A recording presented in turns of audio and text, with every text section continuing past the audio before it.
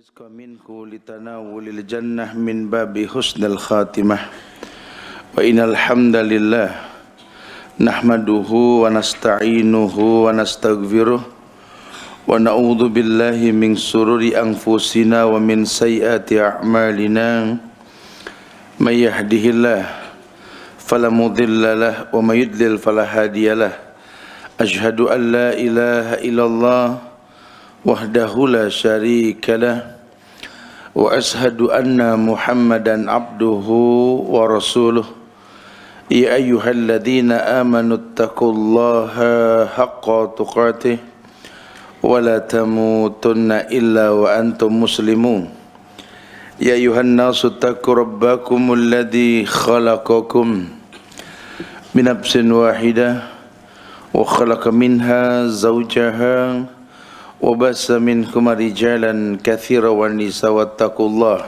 واتقوا الله الذي تساءلون به والأرحام إن الله كان عليكم رقيبا يا أيها الذين آمنوا اتقوا الله وقولوا قولا سديدا يصلح لكم أعمالكم ويغفر لكم ذنوبكم ومن يطع الله ورسوله فقد فاز فوزا عظيما أما بعد فإن أحسن الكلام كلام الله وخير الهدى هدى محمد صلى الله عليه وسلم وشر الأمور محدثاتها وكل محدثة بدعة وكل بدعة ضلالة وكل ضلالة في النار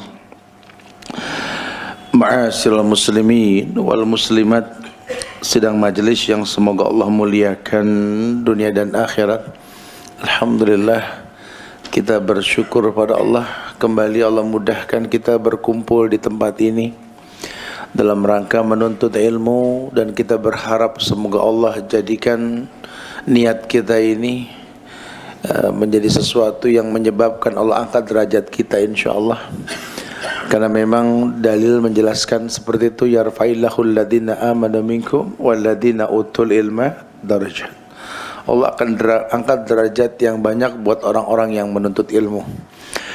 Jemaah Allah muliakan, kita sedang mengkaji pelebur-pelebur dosa. Kitab yang kita sedang kaji ini sudah di penghujung, yang akan datang mungkin kita bahas yang lain nanti insyaallah. Sehingga dosa yang dilebur ini dengan amal saleh banyak sekali. Manusia diperintahkan untuk mentaati yang Allah perintahkan dalam rangka mengambil manfaat pada setiap ibadah yang dilakukan. Jadi memang bukan menurut kita, tapi menurut Allah. Karena ketika Ibnu Qayyim menjelaskan tentang mahabbah, cinta, ini ada cinta yang diperuntukkan hanya untuk Allah dan di jalan Allah. Kalau cuma sekedar mengatasnamakan cinta kepada Allah, beliau mengatakan ini enggak menghalangi orang dari azab neraka. Boleh Anda kemas kata dengan bahasa cinta, tapi tidak di jalan Allah, maka cinta Anda cuma sesuatu yang semu sifatnya. Karena kalau cinta yang sejati ini akan memperkuat rasa Anda kepada yang disembah, yakni Allah tentunya.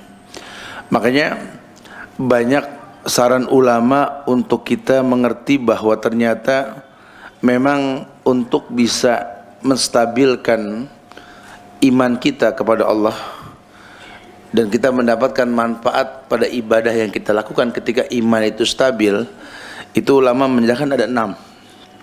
Yang pertama, yakni sering merenungkan kembali akan karunia dan nikmat Allah.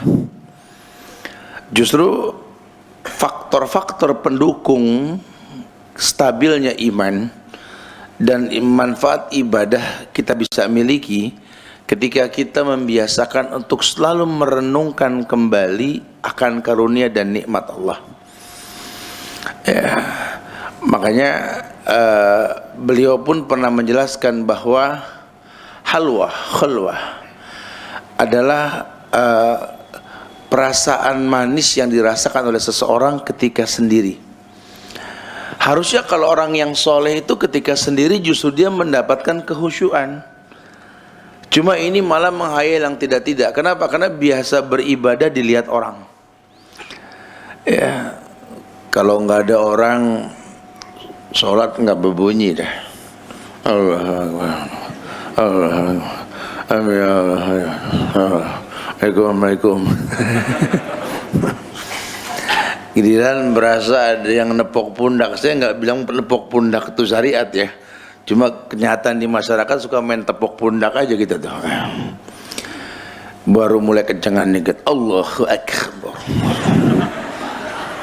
Sampai dia bingung nih, akbar pakai ka pakai ho nih. Akbar. Lebay sih loh.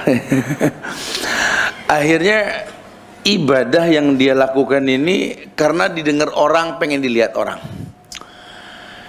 Ini terjebak dalam kesyirikan, sengaja nggak sengaja dia telah beribadah kepada selain Allah. Justru Islam tuh pengen kita ini menjadi orang yang sering merenung ketika sendiri, merenungkan kembali akan karunia dan nikmat Allah, sehingga dalam kesendirian pun kita merasakan betapa kita butuh Allah. Itu bahasa ulama tuh yang pertama. Yang kedua, ulama mengatakan kita juga disuruh banyak membaca Al-Quran dengan penghayatan, mentadaburinya, mentadaburinya dalam artian di sini betul-betul berusaha untuk mempraktekkan Quran dalam kehidupan. Karena Quran walaupun kita tidak paham, gitu, ada pahala yang dijanjikan. Kita asal baca aja alif lam mim, alif satu lam satu mim satu, pasti ada pahalanya. Kalau bulan Ramadan 10 kali lipat itu. Padahal jarang orang yang paham tentang alif lam mim. Karena ulama manapun nggak akan pernah berani menerjemahkan alif lam mim. Ini memperkuat bahwa ini kalamullah, terserah Allah, kan begitu. Habis kita baca alif lam mim, Allah sodok dengan kalimat berikutnya, dzalikal kitabu la raiba fihi hudan lil muttaqin. Baru kita lagi keder alif lam mim, apa ini artinya? Emang nggak boleh diterjemahin karena Allah yang tahu. Allah bilang, itu Quran yang kamu baca alif lam mim barusan, la raiba fihi, nggak ada keraguan di dalamnya. Ini orang makin keder aja dah udah begini. Saya lagi bingung nih artinya apa. Ayat berikutnya bilang nggak ada keraguan, nah makin bingung. Hudan lil muttaqin, petunjuk buat orang yang bertakwa. Petunjuk buat orang yang bertakwa. Gimana mau tertunjuki lawang alif lam mim aja nggak paham artinya, kan begitu. Ini butuh tafsir. Makanya dalam kitab Fawaidul Fawaid penting banget ulama menjelaskan tentang faedah-faedah ayat dan faedah dalam faedah tersebut. Fawaidul Fawaid. Hikmah di balik ini apa? Ini kalamullah, ada masyiahnya Allah. Yang manusia ini nggak semua paham, butuh penjelasan, dan penjelasan itu ada pada Rasulullah Sallallahu Alaihi Wasallam. Sehingga nanti kita akan beriman dengan ayat-ayat Allah ini. Ya, dengan ayat-ayat Allah kita harus beriman. Kejar ayat-ayat Allah, bukan ayat-ayat cinta. Ayat-ayat cinta diudak. Baca Quran, hayati. Allah nggak mungkin dusta. Allah katakan dzalikal kitabu la raiba fihi hudan lil muttaqin. Itu Quran nggak ada keraguan di dalamnya. Coba sampai kapanpun cari itu. Gimana saya bisa yakini Quran nggak ada keraguan di dalamnya, Ustaz? Setelah dia perdalam, benar. Ini Quran di dalam ini, wa qulan naqussu 'alaika min anba'i rasul ma nusabbita bihi fu'adak.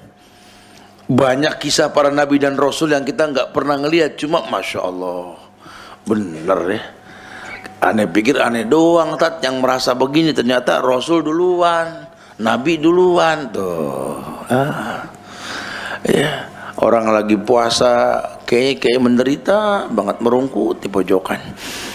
Ngapa bro? Puasa tat. Semua juga puasa, nggak ada yang pengen mati kayak ente begitu. Ya, Allah bilang kama kutiba 'alal ladzina min qablikum, orang sebelum kamu juga puasa. Enggak ada yang ngamperwet, bener tuh muka. Kenapa? Karena sebentar lagi juga buka. Coba sih pahami betapa Allah menghargai sesuatu yang kalian tidak pahami. Apa? yakni dengan puasa yang tadinya kalian recehkan, yang kalian remehkan, enggak kalian remehkan lagi. Ya, saya pernah contohkan, kita kalau nenamu ke rumah orang dikasih air putih. Ini orang Betawi kan kadang nyeletuknya sama dia. Dikasih aja air putih, terus tiap datang nyeletuk deh. Putih mulu, nggak ada yang berwarna, begitu kan? Nggak, panitia nggak nyinggung maksudnya gitu. Ya, tapi dengan puasa, ini kita ngayal deh. Habis sholat asar ngeliat yang dagang air mineral depan masjid, mana dari kulkas kan botolnya berkeringat tuh botolnya. Oh, ntar lo ya. Yang biasa-biasa jadi berharga karena puasa. Iya. Oh iya. Ada iman di sini. Allah perintahkan larangan untuk makan minum, walaupun makan minum itu halal. Ada perintah gaibiah ini. Waduh, asik. Kalau dipahami itu Masya Allah. Iya bener ya. Ternyata hikmah di balik ini banyak. Iya. Iya. Dia betul-betul memahami kemuliaan tersebut. Sehingga ulama mengingatkan, tolong tadaburi Quran. Sampai betul-betul kamu merasakan betapa Quran ini menunjuki semua hal dalam kehidupan. Yang ketiga, kata ulama, suruh nuntut ilmu agama. Ya Allah, semoga Allah muliakan mantan presiden kita Bapak B.J. Habibie ya, Masya Allah. Dilapangkan kuburnya, dihapuskan semua dosa-dosa beliau ya. Banyak jasa yang beliau lakukan buat negeri ini sehingga jadi panutan buat kita-kita ini generasi penerusnya. Kata-kata indah dalam tulisan beliau itu menampar pipi kita buat yang hubud dunia. Ya, apa yang dia tidak bisa miliki dan dia tidak bisa buat. Dia bisa membuat pesawat. Ya, canggih, jenius ini orang. Pada akhirnya dia berkata, tetap agama lebih utama ketimbang urusan dunia. Ilmu agama lebih penting. Nah, buat kita ini yang belum selevel beliau nih, udah deh, jangan petang-tang beting-ting, beteng-teng betong-tong. Baru bisa bikin kapal, itu belagu bener loh. No, dia no pakai mesin. Kapal tahu ya. Tuh ada contoh yang terbaik pada diri beliau tuh. Pada akhirnya lihat, kita butuh agama. Kita butuh agama. Jangan merasa aman. Ini kalau kita diwafatkan besok sama Allah nggak cukup modal Iqra 2. Enggak cukup, harus ada bekal nih ngadep Allah nih. Udah dibilang putus semua urusan sama dunia, putus. Ya kecuali 3, sedekah kita waktu hidup, ilmu yang bermanfaat, doa anak yang soleh. Sampai sekarang kita belum jadi orang yang sering bersedekah. Masih jadi orang yang medit, bahil, koret, purik. Masya Allah, susah. Aduh, kalau urusan sedekah nyari yang di pojokan dashboard lecek, Masya Allah. Yang gambar pahlawannya miring, topinya dikit gitu loh. Yang lempengan apa kalau sedekah, yang duit itu enak dilihat. Ya modal begini pengen masuk surga ya susah. Kita masih jadi orang yang betul-betul belum berilmu yang bermanfaat. Ya, belum bisa mendidik anak-anak kita ke jalan yang benar. Ya, belum bisa mendidik mereka untuk paham bahwa orang tuanya makin lemah, makin hari bukan makin kuat. Ya, didik mereka sampai mereka paham bahwa wasilah orang tua melahirkan mereka itu bukan cuma sekedar wasilah. Ada kata yang berkait, ada tongkat estafet dalam kehidupan. Nah, ayah cuma bisa membeli sebidang tanah. Nah, kaulah yang melanjutkan, buatlah pondasi kehidupan rumah tanggamu nak di atas tanah yang ayah beli itu. Buat kemuliaan-kemuliaan yang akan berpahala untuk ayahmu. Kenapa? Anta wa maluka li abik. Karena sampai kapanpun yang kau miliki nak, hartamu, semua kebaikanmu milik orang tuamu. Di belakang namamu ada nama ayahmu nak. Buatlah kebaikan-kebaikan. Kita belum sempat menekankan seperti itu kepada anak-anak kita. Suruh tuntut ilmu agama. Ulama katakan ini faktor penguat iman. Jangan cuma dunia nggak ada selesainya. Kita butuh agama, kita butuh akhlak. Kita nggak butuh orang-orang yang hafal Quran tanpa akhlak. Kita nggak butuh orang-orang yang hafal hadis tanpa akhlak. Sudah. Dulu zaman Nabi banyak orang munafik yang hafal Quran, hafal hadis cuma nggak punya akhlak. Nggak. Kita pengen orang-orang yang punya akhlak. Siapa orang yang punya akhlak? Orang yang bisa memadukan ilmu dan manfaat. Sehingga dia letakkan semua pada posisinya. Yang keempat, kata ulama, mengingat kematian dan takut terhadap akhir yang buruk, su'ul khatimah. Coba sih mulai banyak ingat-ingat tentang kematian. Apa kata Rasul? Aksiru dzikra hadzimil ladzah. Perbanyak mengingat zat yang menyetop kenikmatan. Suruh mulai banyak ziarah deh. Kalau orang laki sering-sering ziarah. Jangan ngebut kalau dekat kuburan, pelanin dikit. Heran kalau dekat kuburan ngepot aja. Tumben ngebut bro, kuburan. Zurul kubur tuzakkirukumul maut. Perbanyak ziarah kubur supaya ingat mati. Ini Umar Ibn Khattab menekankan banget masalah kayak beginian ini. Ini yang membuat dia bisa membuat dunia datang merunduk sama dia. Ya, Khulafaur Rasyidin, orang yang menjadi imam dan takut akan kematian, Umar Ibn Khattab. Ya, dia sendiri tegas mengatakan bahwa suruh banyak ziarah untuk ingat kematian. Betul. Sehingga akan jelas nanti. Ini kita baru step kedua. Kemarin di alam rahim 9-10 bulan paling lama. Kalau udah lebih dari 10 bulan dipaksa keluar sama dokter, kita dirobek perut ibu kita benar-benar keluar. Ya, nggak berasa dikeluarin kita. Di alam rahim yang kecil pindah ke alam dunia lamaan dikit 60-70. Ya agak lega tergantung ukuran tanah dan petakannya, betul. Nggak lama 70 tuh nggak lama, tanya sama yang udah mau 70 tuh, betul. Ya Pak, persen baru kemarin. Kemarin begitu anak cut bray. Baru udah nggak pantas, betul ya. Tanya sama nenek-nenek no. Masih pakai baju yang ketat-ketat terus.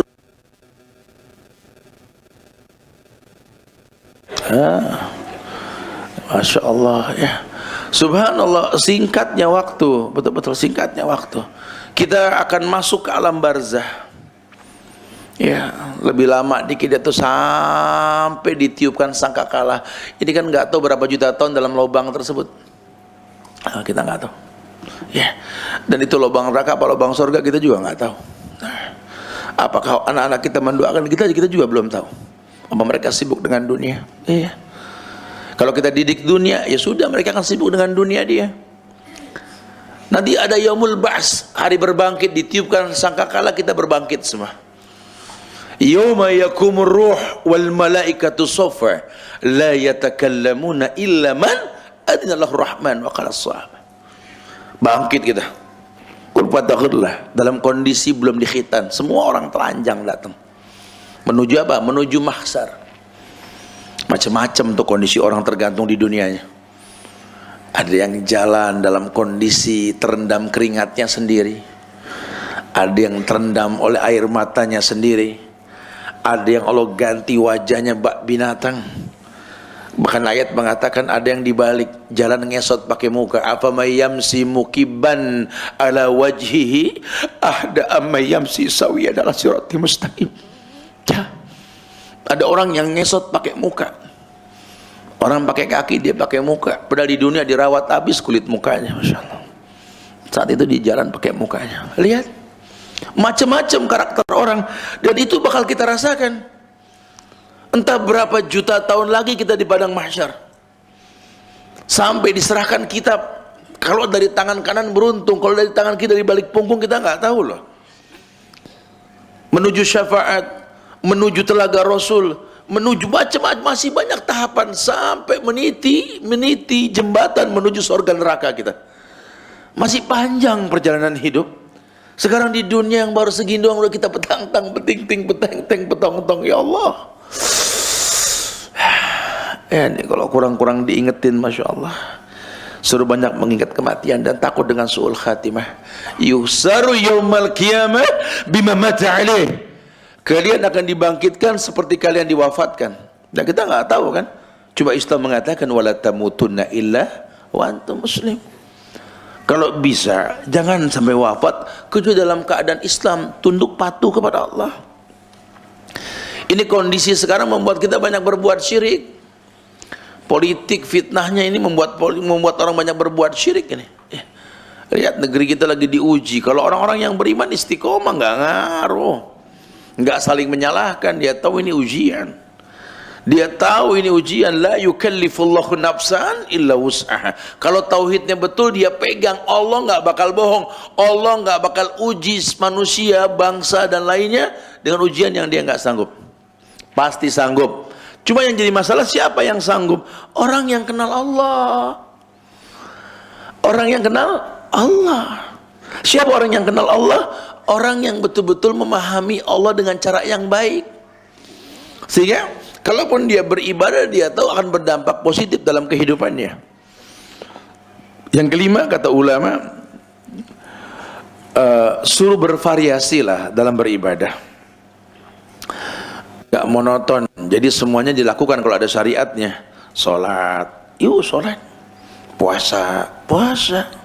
Sedekah. Bangun malam, ya. Di malam hari mengingat Allah, ketika orang dalam kondisi tidur kita berkhalwat dengan Allah, bercumbu dengan Allah. Masya Allah. Ya, jangan itu aja. Ibadah tuh macam-macam. Nabi ajarkan sama kita. Udah lakukan semua yang dicontohkan sama Nabi. Ini ibadah. Ya. La ya'budallah illa bima syara'a alaih. Jangan sampai kalian beribadah tanpa contoh beliau. Beliau contohkan, lakukan. Semuanya lakukan yang diajarkan. Oh, kalau saya cita sholat aja dah, yang lain saya nggak kuat. Allah juga paham, ya Allah. Kalau saya mau sholat ya tergantung bos. Kadang-kadang kita susah tentang kerja. Pengen sholat, orang kita kerja. Saya mau keluar, saya butuh duit. Saya nggak keluar, saya nggak enak sholat masbuk mulu. Ya udahlah, saya sih berharap Allah maklum lah. Allah maklum. Ente nggak maklum. Ya, kata yang miskin favoritnya puasa tat. Jangan dipilah-pilah ya. Kata yang tajir, ana sih sedekah deh. Sholat ente deh, puasa ente, aneh sedekah. Ente butuh, ana bilang anak kasih nanti. Oh, masya Allah. Buat yang kaya. Kata yang jaga malam, aneh tahajud ya, lu mau jaga malam memang. Isa tidur. Ya, enggak bisa dipilah-pilah. Lawang semua syariat kok. Harus dilakukan kalau memang ada perintah. Suruh bervariasi, lakukan semua. Kenapa? Karena setiap ibadah punya makna yang berbeda. Ya, kullu amal ibni Adam lahu, kata Allah. Ibadah anak Adam itu kembali pada si pelakunya.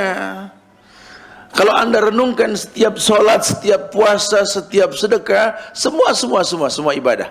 Al-hajju mabrur wal umrata maqbulah, laisa lahul jazailal jannah. Tidak ada balasan kecuali surga. Kecuali surga, iya. Sampai dia betul-betul paham surga janjinya. Allah muliakan kita dengan indahnya surga, dan dia berilmu tentang surga. Baru kemudian yang keenam, kata ulama, suruh berdoa agar imannya ditambah dan diperbaharui. Ya, kenapa? Karena Nabi mengatakan iman ini akan lapuk seperti kain yang lapuk, kata Rasul. Fas'alillah ayjaddida imanah. Maka minta sama Allah untuk bisa memperbaharui iman. Jadi iman adalah nih. Kamu yang tahu, kamu yang mulai bisa harus merevisi. Ya kalau tidak, kamu yang akan dirugikan nantinya. Masya Allah. Nah, gejala-gejala itu ada dalam kehidupan kita ketika iman ini turun. Karena begini, di buku yang kita bahas selama ini adalah contoh-contoh ibadah yang dicontohkan, yang bisa merontokkan dosa. Ya, ini ada sholat Jumat dan bersiap-siap untuk melaksanakannya. Rasul mengatakan, la yaghtasilu rajulun yaumal jum'ah wa yatatahharu mastata'a min tuhri wa yadahin min duhnihi aw yamassu min tibin baitihi summa yakhruju fala yufarriqu baina isnaini summa yusalli ma kutiba lahu summa yunsitu idza takallama al-imam illa ghufira lahu ma bainahu wa bainal jum'atil ukhra. Ya, Nabi mengatakan bahwa tidaklah seseorang ini yang mandi bersuci kemudian pakai minyak wangi di hari Jumat, minyaki rambut dan pakaiannya, dia datang ke masjid, kemudian dia sholat 2 rakaat dan dia duduk tidak berbicara sampai ketika imam bicara, dipastikan akan dihapus dosa sampai Jumat berikutnya. Betul.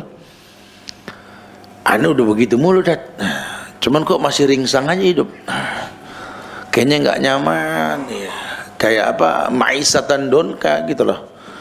Kalau masalah Jumat mah insya Allah tiap Jumat saya sholat Jumat. Ya emang tiap Jumat sholat Jumat, maksudnya tiap Kamis sholat Jumat. Cuma kok masih maisatan donka ya? Apa tuh maisatan donka? Hidupnya ini nggak nyaman, ringsang apa sih? Ya nggak nyaman gitu ya. Jadi kayak orang keder. Apa orang keder? Orang yang nggak paham, nggak nyaman dengan apa yang dia miliki. Apa kalau bahasa saya itu, mobil ada, motor ada, bahan bakar penuh, ya supir tinggal nyuruh. Masih bingung tiap hari telok pinggang ada perjalanan.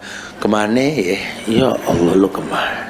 Mobil ada, motor ada, bahan bakar bukan masalah. Kemana? Ya kemana ki? Masa kalau sama burung aja terbang.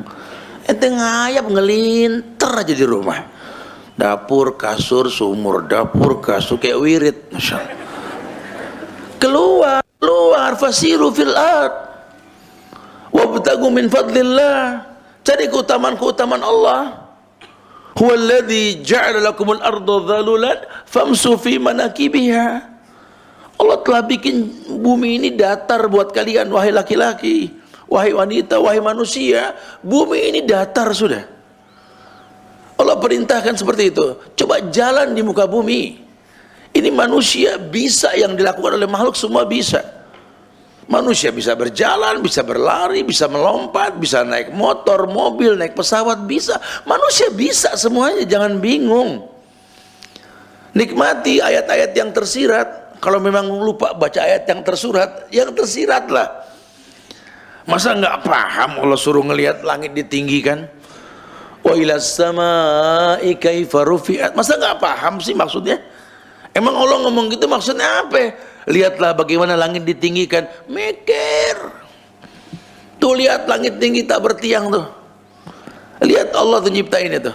Kita mau bikin langit-langit kudu pakai tiang, kalau nggak roboh, betul.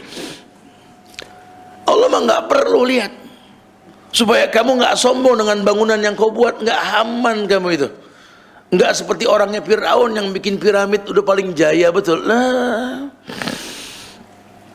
Oh, kalau aneh memang yang bikin apartemen sini, yang paling tinggi itu aneh yang bikin. Mau tinggi, mau pendek, mau lebar, mau kecil, demi Allah dari pesawat tetap kecil. Apapun yang besar di mata manusia, kalau dilihat dari langit kecil. Ya, kita mau sombong nih, kita pakai jam mahal. Wow, tinggal nanya mulu.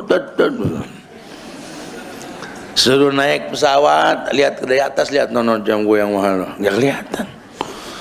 Apa yang mau disombongin sila orang dunia. Nah, Ustaz, itu tuh Ustaz. Maksud Anda gini, adakah tanda-tanda iman ini tidak stabil, Ustaz? Karena kalau antum bilang tadi masalah ibadah, insya Allah Tat, ibadah marutin Tat. Anak kalau bicara sholat Tat, anak berani adu di sini Tat. Banyakan anak sholat Tat gitu loh. Emang tuan dia soalnya, dia udah dulu sholat ya. biarin liatin aja ya. Tapi nggak pernah merasa nyaman Tat. Nggak pernah merasa nyaman. Kenapa tuh Tat? Ya, saya bilang. Gak usah mah nggak gitu-gitu. Coba kita terima nasihat ulama ini. Nah, karena buku yang kita bahas ini tinggal dibaca beberapa hadisnya aja, nggak susah. Nasihat ulama penting ini. Ternyata ada gejala-gejala ya, kekeringan rohani dan lemahnya iman yang bisa berdampak kepada malasnya kita beribadah. Padahal ibadah yang dilakukan akan merontokkan dosa yang dia miliki. Ya Allah, kamu sholat, kamu yang diuntungkan. Allah mah nggak untung dengan sholat kamu. Jangan merasa menguntungkan Allah. Ini di hari Kamis yang kedua di sana di Nabawi itu Allah untung banget. Yang sholat asar penuh saja. Mau penuh mau nggak penuh, yang diuntungin kita yang sholat, bukan Allah. Bukan Allah. Dengan sholat berjamaah Anda diuntungkan, pahala Anda besar. Karena 27 derajat. Jangan bilang Allah yang diuntungkan, bukan. Kita yang harus tahu. Makanya tolong. Kalau sampai ini nggak berpengaruh, karena mungkin ada gejala-gejala yang mesti kita pahami. Apa sih gejala kita bahas nih? Yang pertama, biasanya orang itu akan memiliki gejala kekeringan rohani, lemahnya iman, itu ketika melemahnya rasa khusyuk dalam beribadah, terutama dalam melaksanakan sholat. Dimana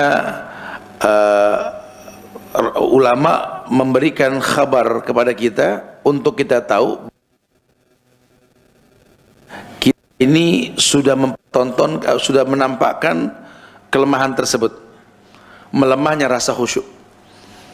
Karena tadinya dia merasakan sholat tuh Allah Akbar, khusyuan dia sama imam. Ya buat orang-orang yang baru taubat itu kadang-kadang imam kalah khusyuk sama dia, sampai merem, pas melek udah bubar gitu ya. Lagi yang nyuruh merem siapa? Nggak ada sholat merem, biar mata menjadi saksi. Kadang-kadang saking khusyuknya imam kalah khusyuk sama makmum tuh. Bukan begitu bahasanya. Khusyuk, tapi jangan sampai makmum ini mengalahkan imam dalam tanda kutip, bahwa kalau imam takbir kita takbir, imam ruku kita ruku, imam sujud kita sujud. Jangan kita merasa imam nggak sempurna. Imam baca pendek negakin dalil, Iqra' ma tayassara minal Qur'an, ya, baca surat pendek, Qul huwallahu ahad, selesai, Allahu akbar. Makmum merasa imannya lebih banyak. Gue mau lama dikit, biarin imam ruku gitu lah. Jangan. Kalau imam udah ruku kita ruku. Bukan bicara lama tidaknya. Nabi yang nyuruh baca pendek ya baca. Nah, dia pernah khusyuk, sekarang dia kurang khusyuk. Ini tanda-tanda nih. Tanda-tanda nih. Ya, mulai tiap takbir ingat barang yang lupa narok selama ini. Tadi nyari nggak ketemu-temu, heran tiap takbir ingat Allah.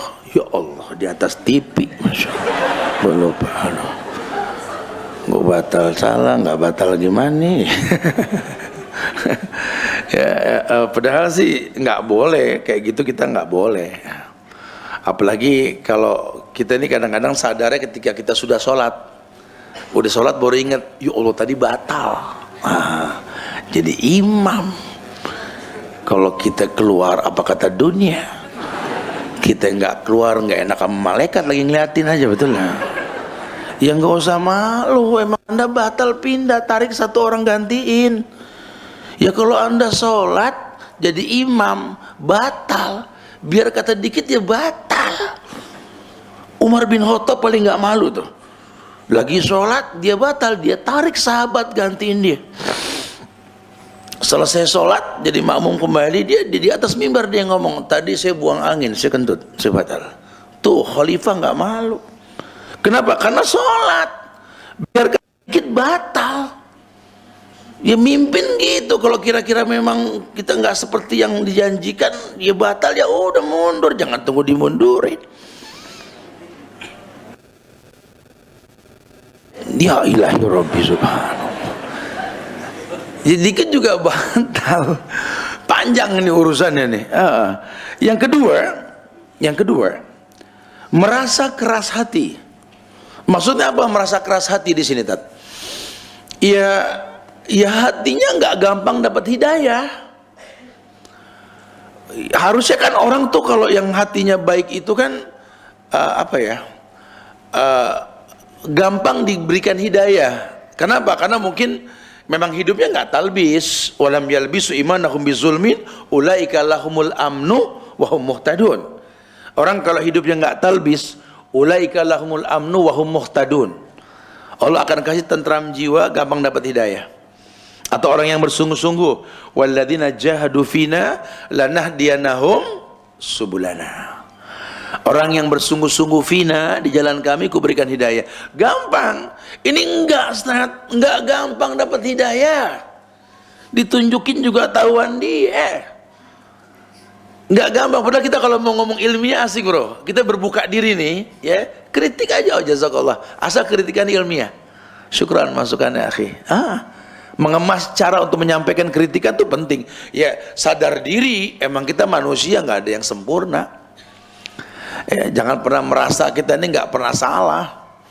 Ya, kita manusia pasti berbuat salah, walaupun sudah bertobat akan mengulang salah. Karena kita nggak maksum. Nah, merasa keras hati di sini nggak gampang dapat masukan. Diingetin, kesinggung. Kalau didiemin, merasa dicuekin. Serba salah, hatinya keras. Kok hatinya keras, Ustaz? Penyebabnya apa, Ustaz? Nah, Nabi mengatakan apa? La tuksirud dhahik.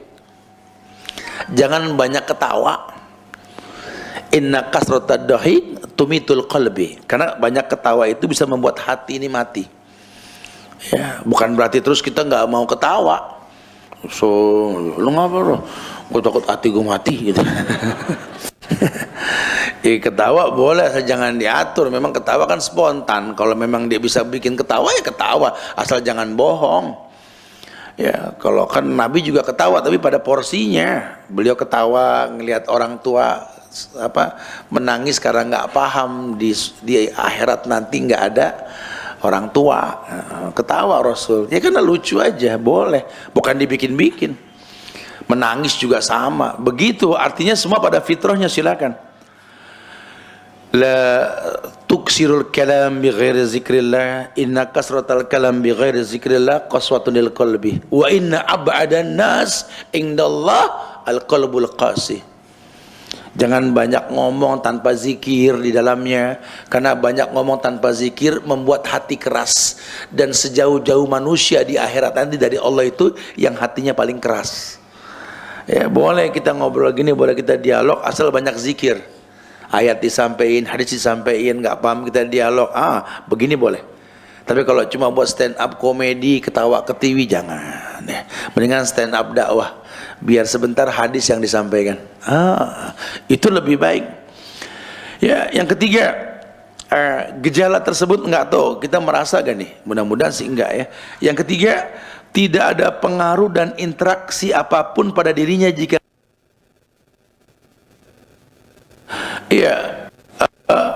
betul-betul memang bahwa ketika Quran akan itu kata Allah,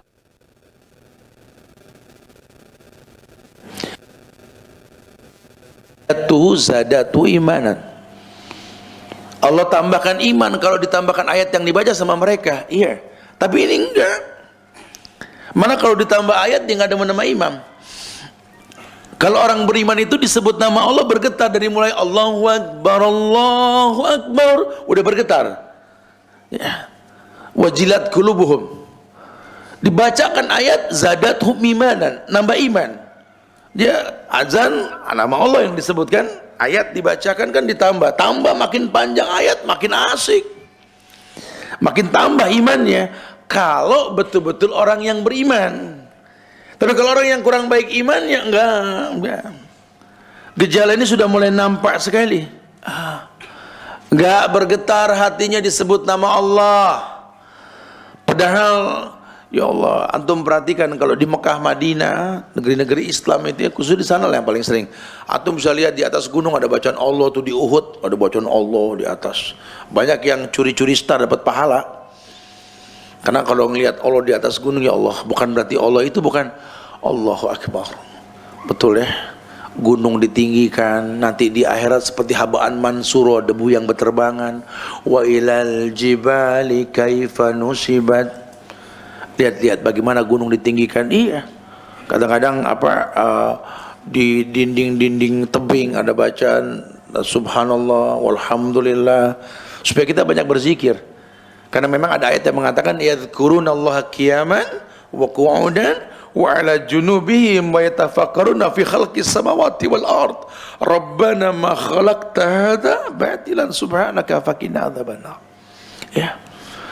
Yang keempat,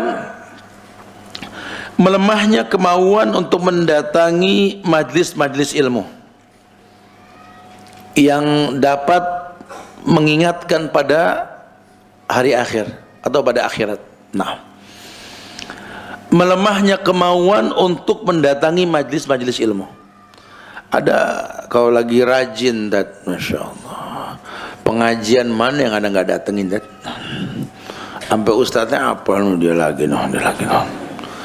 Ya nggak apa-apa, bagus. Ya kalau lagi rajin nggak apa-apa. Antum harus kenal sama ustadz antum, jangan cuma di masjid. Ya karena yang mewarnai hidup antum itu teman, bukan ustadz. Jadi berteman sama ustadz, punya teman gitu dah. Berteman sama orang-orang soleh harus. Ya kalau cuma sekedar ngambil ilmu dari orang soleh mah baca buku juga cukup. Cuma antum kan manusia, kenal sama orang yang soleh. Dulu sahabat mana yang nggak tahu rumah Rasul? Dia dapat hadis dari Nabi, tapi dia lihat praktek. Makanya kan sunnah itu kan apa yang beliau ucapkan, apa yang beliau lakukan. Ya, sahabat kadang-kadang nggak mendengar hadis, cuma melihat hadis pada kehidupan Rasul.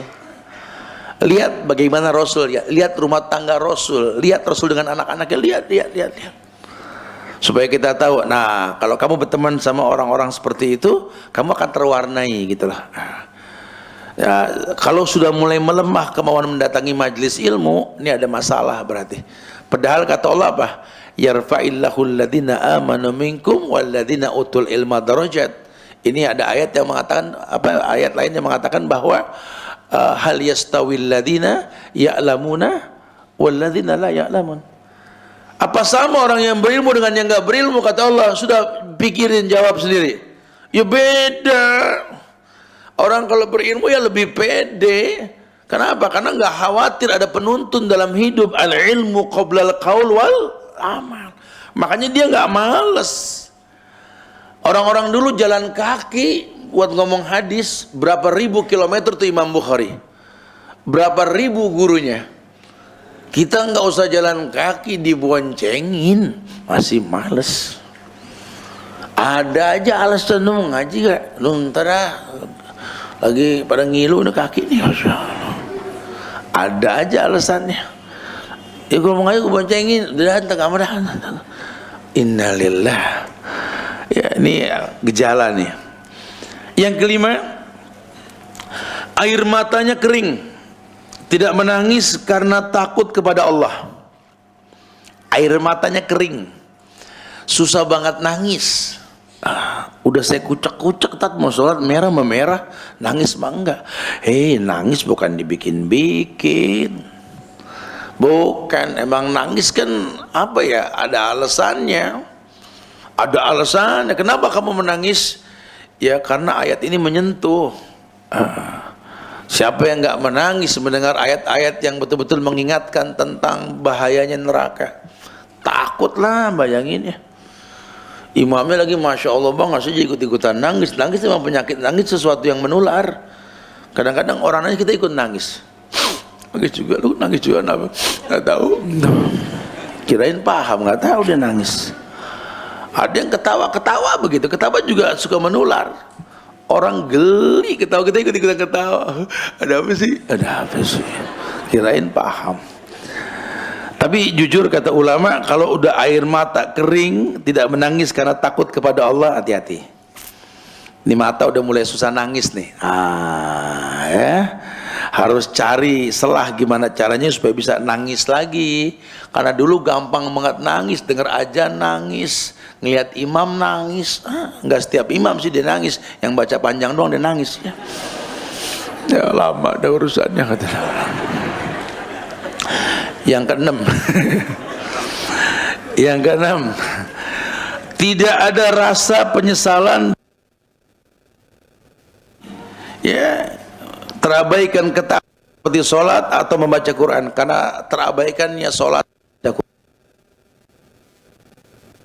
gitu loh. Punya mau kan kalau memang udah dekat masjid masbuk, nyesel, ya Allah, udah dideketin sama masjid masih masbuk juga, gitu, kesal gitu loh. Ini mah cuek aja. Cuek, kadang-kadang nggak kebagian sholat berjamaah juga nyantai aja. Yang penting kan sholat gitu. Iya, betul-betul nih orang nggak ngaruh, nggak pengaruh sama sekali. Dia nggak nyesel, dia nggak tegur dirinya. Kamu tuh masjid dekat masih masbuk mah kelewatan, kecuali sebab urgensinya. Ya, dan ada hukum masbuk, ya boleh, bukan nggak boleh, masbuk boleh. Antum terlambat lihat atau ilal maktubah, yang paling afdal kalau sudah dikumandangkan. Cuma kan ada yang repot ini, repot itu, ya sudahlah, kebagian dari pertama ahsan. Kalau enggak juga ada hukum masbuk boleh, tapi enggak rutin. Enggak rutin. Ya ini mah enggak rutin, sampai dipanggilnya dudung masbuki, Masya Allah. Masbuk mulu. Ya, hati-hati ya. Dan dia nggak nyesel kalau terlambat, harusnya kan dia nyesel. Baca Quran gitu, nih hari nggak ngaji nggak nyesel, harusnya kan nyesel. Ya Allah, kemarin kita umroh, kita datang ke museum Quran. Orang dulu tuh Quran diukir di tembok, dinding-dinding batu. Pengen punya Quran, ngukir dinding gunung dulu, ngukir, diukir. Kita nggak usah ngukir dinding, tinggal baca, lupa naruh Quran. Masya Allah. Orang dulu pengen punya Quran, nulis pakai tangan. Ada yang nyulam. Kita nggak usah begitu. Masya Allah, banyak Quran masih diplastikin, belum dibuka. Nggak kebaca. Iya, nggak kebaca. Tapi dia nggak pernah nyesel, nggak pernah nyesel. Ini sudah gejala ini. Ya, sudah gejala. Anda nggak menyesal. Yang ketujuh, tidak ada kerinduan untuk mengunjungi Baitullah atau tanah suci. Enggak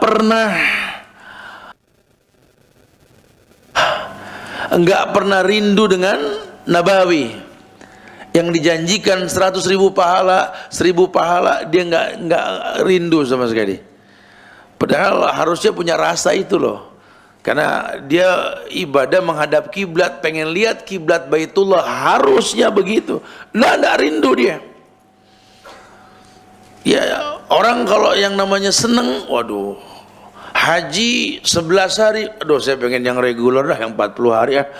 Kayaknya sebentar banget gitu dah. Tuh kalau orang yang betul-betul cinta sama Allah. Ini Masya Allah. Baru datang ke Mekah nyamperin Ustadz, baru datang mikot di Lamlam, turun Jeddah 1,5 jam sampai Mekah, turun dari mobil mau ke hotel, baru nyampe Mekah. Kita pulang hari apa? Pulang baru nyampe. Lu baju ihram belum copot tuh, pulang kapan? Ini orang mana nggak betah bener gitu ya?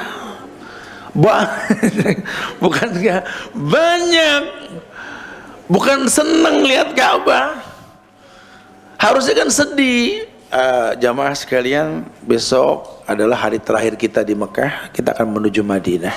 Sedih, ya Allah, kapan lagi ya ngelihat Ka'bah, ya Allah, sedih. Udah mah di belakang, yes, Madinah 3 hari gue pulang deh.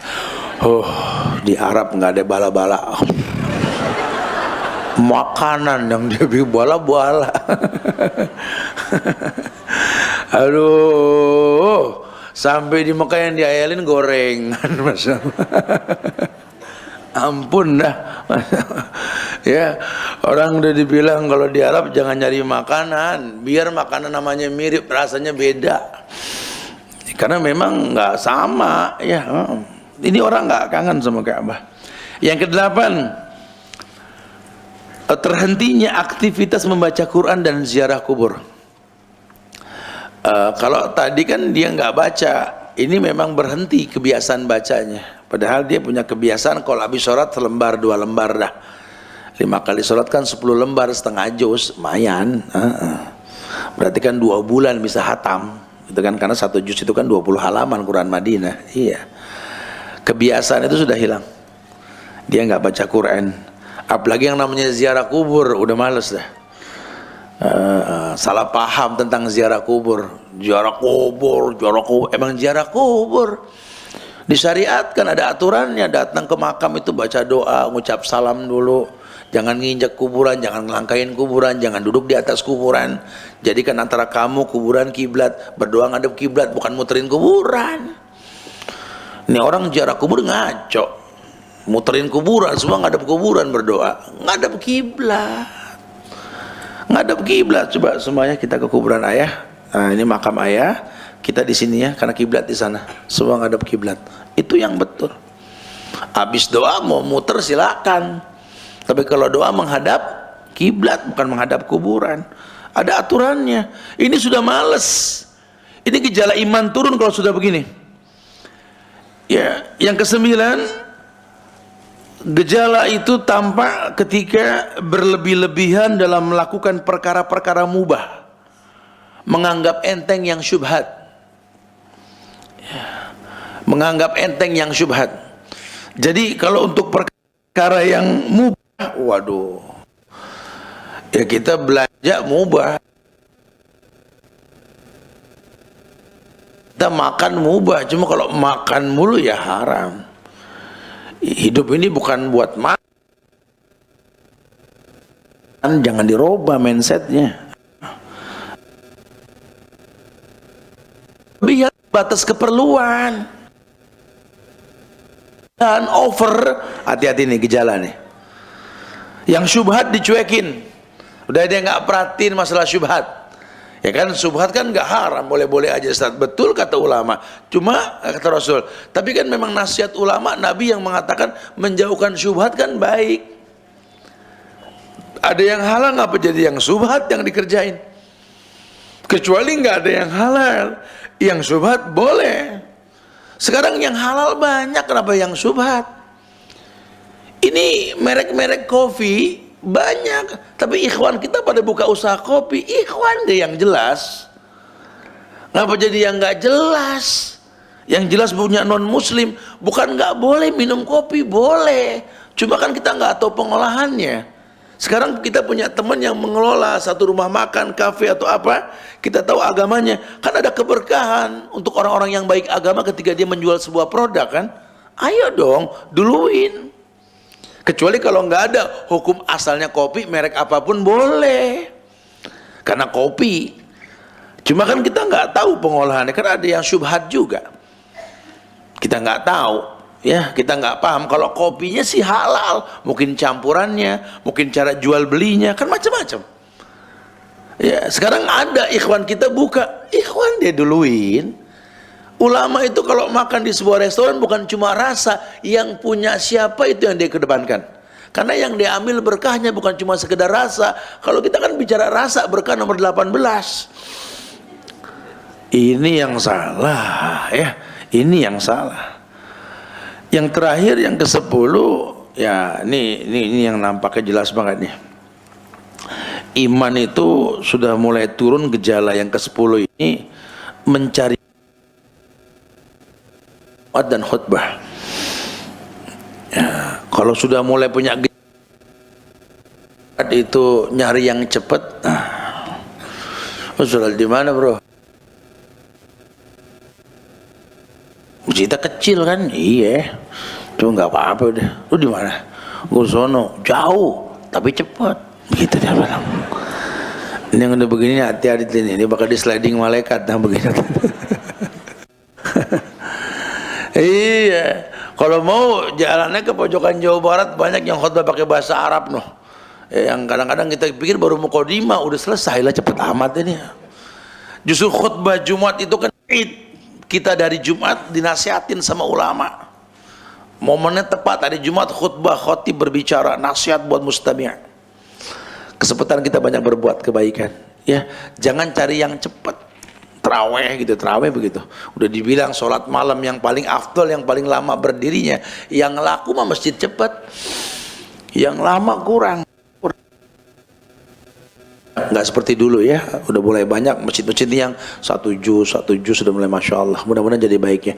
Nah jamaah yang Allah muliakan, itu semua landasan kita mengamalkan ibadah yang akan melebur dosa kita. Kita menjawab azan dan berdoa setelahnya, kata Nabi SAW, man qala hina yasma'ul mu'adzin asyhadu an la ilaha illallah wahdahu la syarikalah wa anna Muhammadan abduhu wa rasuluh raditu billahi rabba wa bi Muhammadin rasula wa bil islami dina ghufira lahu dzambuh. Dipastikan dihapus dosanya karena itu. Barang siapa tatkala mendengar muazzin mengucapkan membacakan azan ya, kemudian dia baca doa setelah azan, maka ghufira lahu dzambuh. Allah akan hapus dosanya. Masya Allah. Itu kita nggak berasa tuh jawab azan. Doa setelah azan itu dihapus dosa. Cuma ya tadi kita bicara iman. Iman ini yang mesti direvisi, distabilkan karena ibadah sudah jelas. Nabi ajarkan sedekah, amar ma'ruf, nahil mungkar, ghufira lahu dzambuh, juga dihapus dosa. Banyak. Puasa Ramadan, man shoma ramadanan imanan wahtisaban ghufira lahu ma taqaddama min dzambi. Orang yang puasa di bulan Ramadan, iman dikedepankan dan ihtisab, hitung-hitungan pahala, ghufira lahu ma taqaddama min dzambi. Lihat acap kali kebaikan yang dilakukan kalau iman jadi sebuah landasan. Masya Allah. Salat tarawih, man qama ramadanan imanan wahtisaban ghufira lahu ma taqaddama min dzambi. Lihat, orang yang berdiri salat tarawih di bulan Ramadan, iman dikedepankan, Masya Allah, dihapuskan dosa. Kita bangun malam Lailatul Qadar, may yaqumu lailatal qadri imanan wahtisaban ghufira lahu ma taqaddama min dzambi. Orang yang menghidupkan malam Lailatul Qadar, dia i'tikaf di malam-malam ganjil, Allah hapuskan dosa. Haji, umrah, al-haji mabrur, laisa lahul jaza ilal jannah, jaminan surga. Nabi mengatakan, man hajja lillah falam yarfus walam yafsuk raja'a kawaladatuhu ummuh. Orang yang haji tidak berkata keji, tidak bermaksiat, berhubungan intim ketika ihram, dipastikan dia seperti bayi yang baru dilahirkan. Masya Allah. Umrah, al-umrah ilal umrah kafaratun lima bainahuma wal hajjul mabrur laisa lahul jaza ilal jannah. Ini umrah ke umrah mukafarat, penebus dosa. Allah rontokan. Lima bainahuma, kafaratun lima bainahuma. Banyak duduk di majlis zikir, di majlis ilmu, bahkan dikatakan Allah punya malaikat yang setiap hari muter nyari majlis ilmu, majlis zikir. Kalau nanti dia bertemu dengan majlis zikir, tanadau, dia panggil malaikat lain suruh datang. Itu malaikat-malaikat kumpul semua menaungi majlis zikir, majlis ilmu tersebut, hingga tumpukannya sampai ke langit, kata Rasul. Orang nyaman di majlis ilmu, tenang di majlis ilmu, betul-betul menyala. Ini sekarang kondisi seperti itu, kita gaibnya nggak paham itu, nggak lihat itu. Nanti selesai ini, malaikat naik ke atas langit, Allah tanya, dari mana kalian? Dari majlis zikir, majlis ilmu. Ada apa di sana? Orang berkumpul ya memohon sorgamu. Dia minta sorga, kata Allah.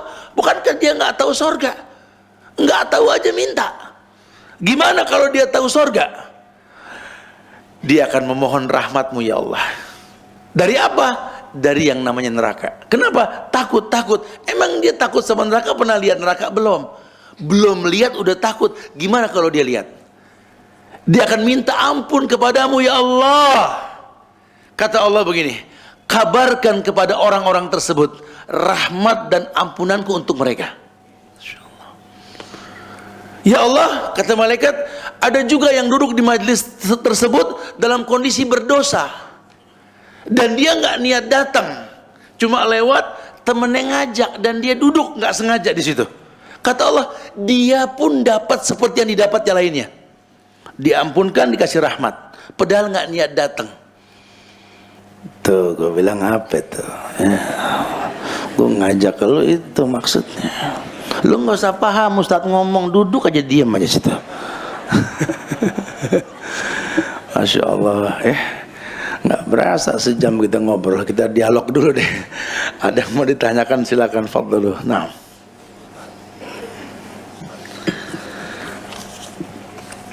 Bismillah.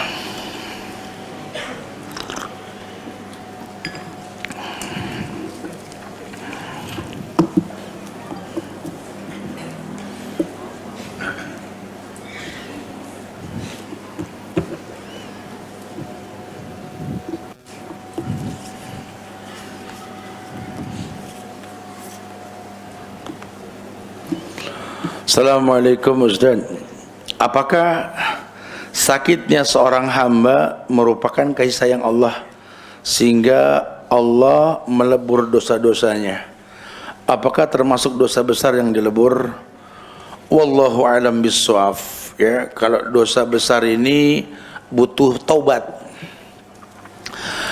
Biasanya peleburan dosa ini didapat dengan ibadah adalah dosa-dosa kecil.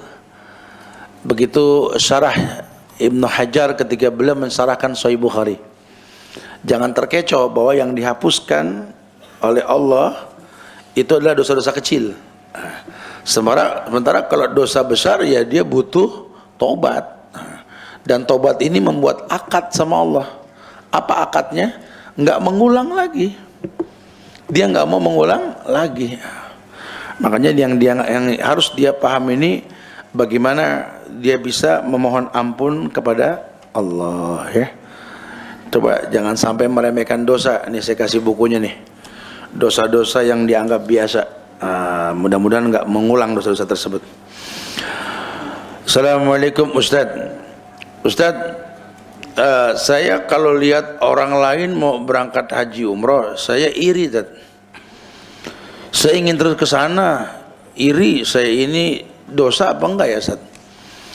Kita boleh ngiri ngelihat orang kaya bersedekah, ngelihat orang kaya berbuat baik dengan hartanya, boleh. Ya boleh aja, nggak ada masalah, ngiri di tempat yang tepat. Tapi nggak sampai level hasud.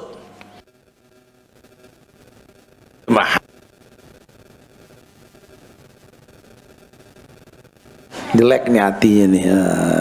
Belajar husnuzon ya supaya dia tahu. Ya itulah ngiri yang diperbolehkan seperti itu ya. Ada. Assalamualaikum Ustaz. Ada orang yang sampai tua dia belum dapat jodoh, Tad. Yang ingin saya tanyakan, apakah itu sudah ketentuan dari Allah atau kesalahan dari orang tersebut, Tad? Apakah dia banyak milih-milih sehingga dia tidak dapat jodoh? Ya saya belum tahu siapa nih, kan gitu. Tapi ya Masya Allah ya, ini qadarullah wa masa'afa'ala. Mungkin memang perlu dibaguskan imannya, kita nggak tahu lah. Ya itu urusan Allah.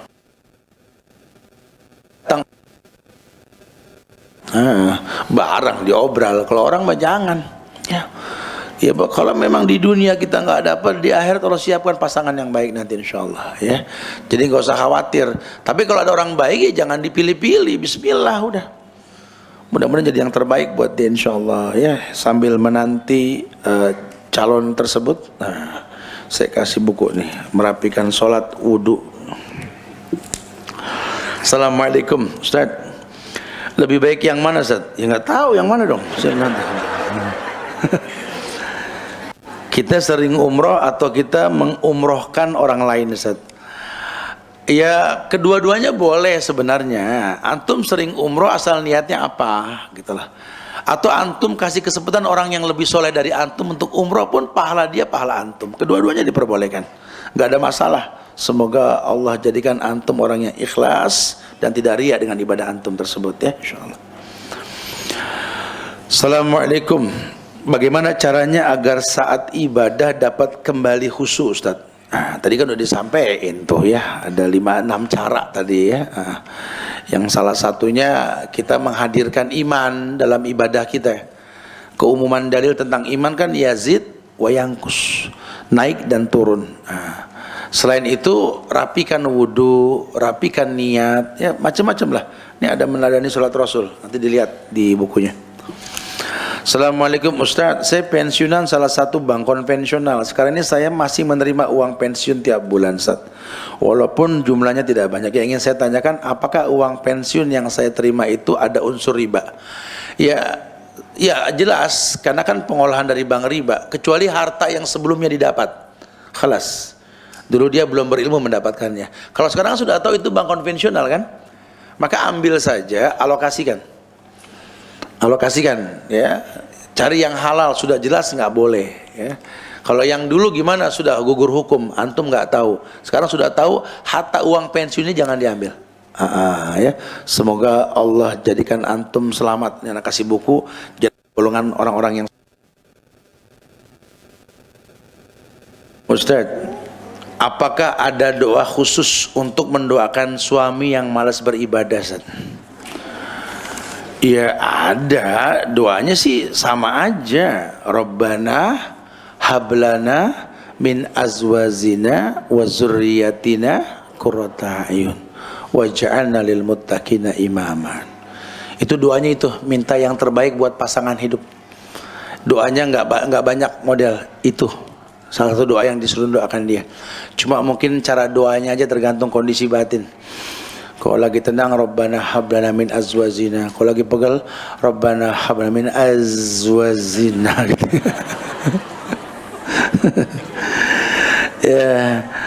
Ya saya nggak tahu gimana cara ya. Tapi ini ada buku bagus nih. 101 cara mudah mendidik keluarga. Mudah-mudahan terdidik suaminya dengan nasihat-nasihat yang baik dari istrinya, insyaallah ya. Tayyib, khalas.